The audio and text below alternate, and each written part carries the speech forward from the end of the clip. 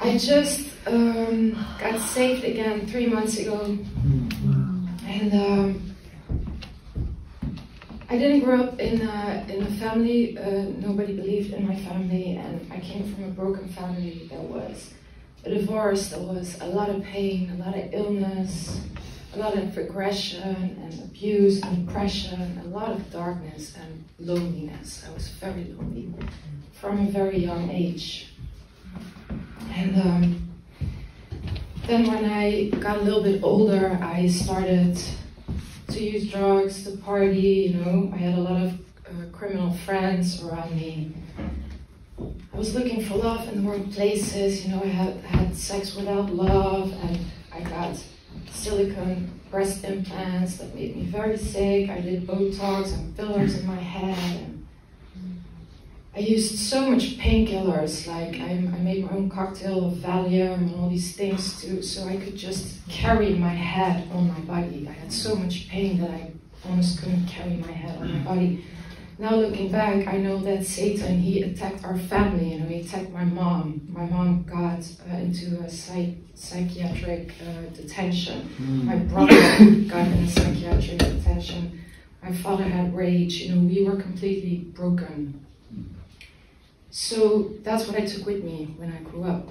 And there was no self-love. There was so much, I was so desperate. I was looking, you know, there was this emptiness inside of me that I tried to fill up with the drugs, with the painkillers. I did a lot of traveling, you know, I was looking for myself, for God, for freedom all over the world. But of course, I carry myself with me no matter where I go, you know.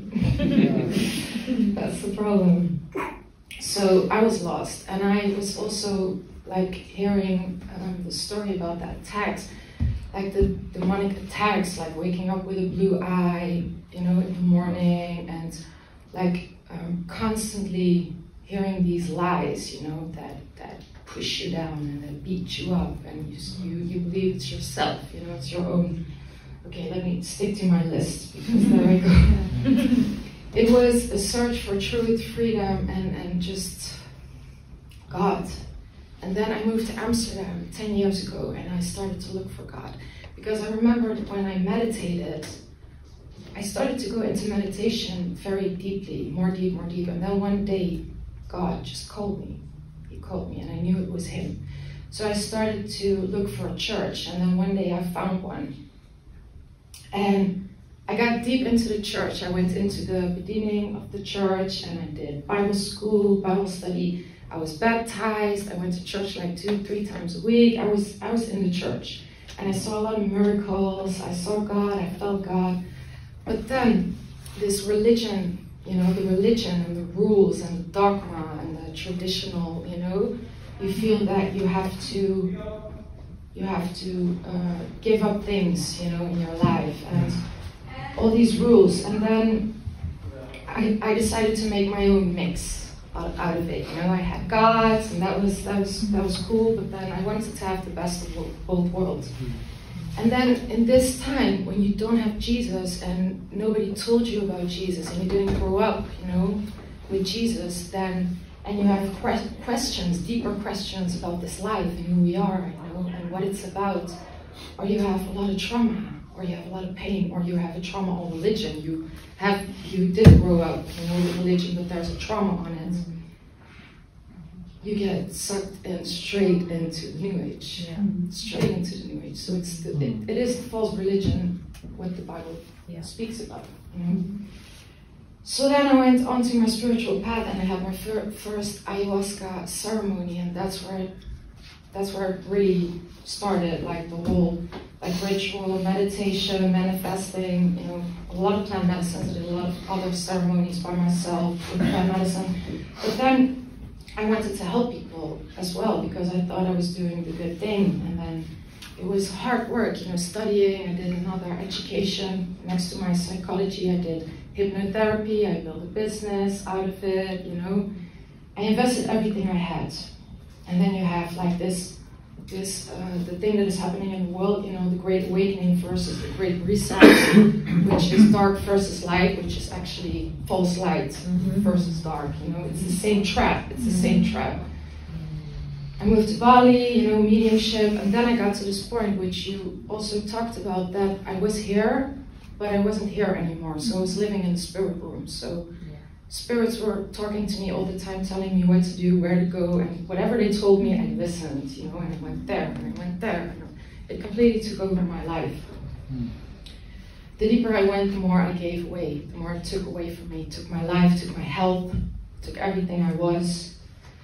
And then in Bali, I got so sick. I also got attacked several times in my life. I almost died like 4 or 5 times with different things, also bad diseases. And so everything got stolen from me because I opened up completely to the spirit world. I opened up, and it took away the joy to live.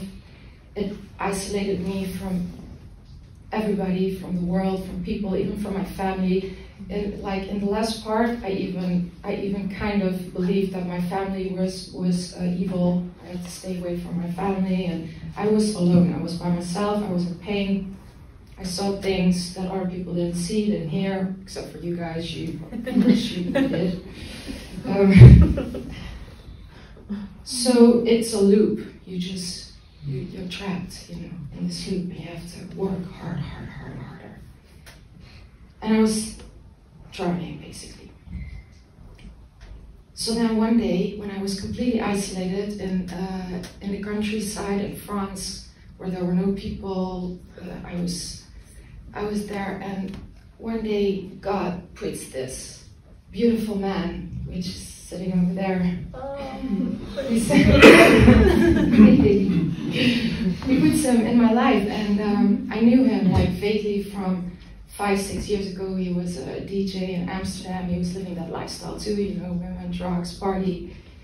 And that's where I knew him from. And he told me, God, or he didn't even say God, he said, I got a message for you. And he sent me this video where people get saved from all these illnesses and depressions by Jesus, by God. And I'm like, what, Rico, what is this? Like, he's this party, you know, he's this DJ from, like, what? So I looked at his page and I see that he got saved, and that like child of the Most High was in his profile. And I'm like, what is good? God is so smart. He knows exactly what you need, you know, to wake up. So that's what he did. He go on my path. So the month after, I was just amazed and just for wonder, like looking at what God was doing in my life. And he showed me how I lost myself in this world, and how I believed all these lies, and how I was trapped, you know, and how he was now pulling me out and taking me back home. And the thing that I know now, the thing that I learned in the church years ago, the black and the white, you know, zwart-wit denken van, which pushed me away, that was actually the golden key for me to get set free. And that it is the one and only way. The only way is Jesus, you know. The only way to be free is Jesus. And when I got Rico's message, I couldn't even walk anymore. I was sleeping all day. I was over. It was over. And then when I repented and when I gave my life back to Jesus, within 2 days, I was running again. Like, I was completely set free from the pain. It was a battle, you know. It's a battle because it tries to hold on to you. But I got set free from my pain. I had my energy back, I had my mind back. He gave me my body back, my life back, and more. He gave me the love of my life. Like, he gave me everything and more. He gave me everything and more. It's like, I can't believe it. Thank you. Oh my goodness. So he freed me. He healed me. He gave me back everything and more. He gave me it, like he took away all the complexity of my life. And it's all so complex and so difficult. It's not difficult. I'm back here, and he gave me a new heart. Like, I believe I could actually experience it. I was used to all these experiences in the new age, you know, like taking all the drugs and I was like, it's like I took drugs. drugs, but it's something else. What is happening to me? I was breathing, and there was like a wind going through my heart, and I felt that my heart was opening up, and that he took away my old heart of stone, and he gave me a new heart. I could just feel it happening.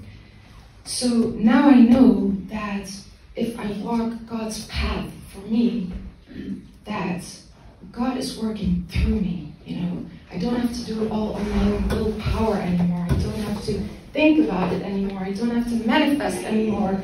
Like, God is leading me, and he is opening the right doors, you know. And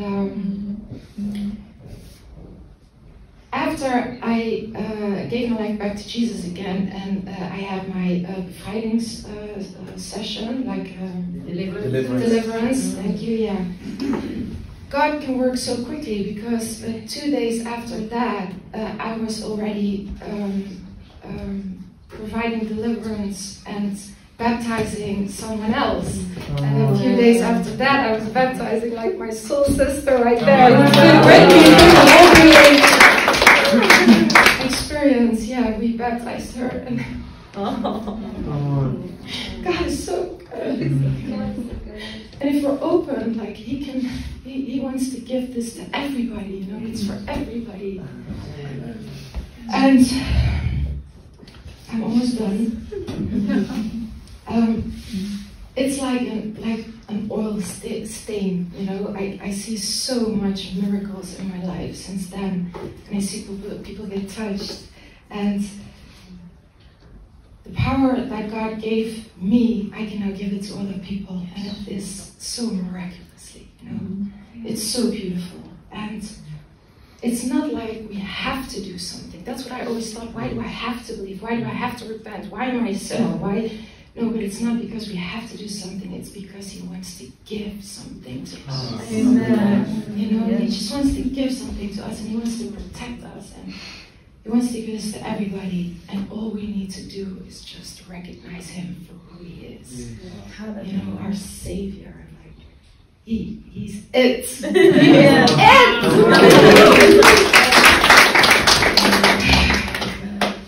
And yeah.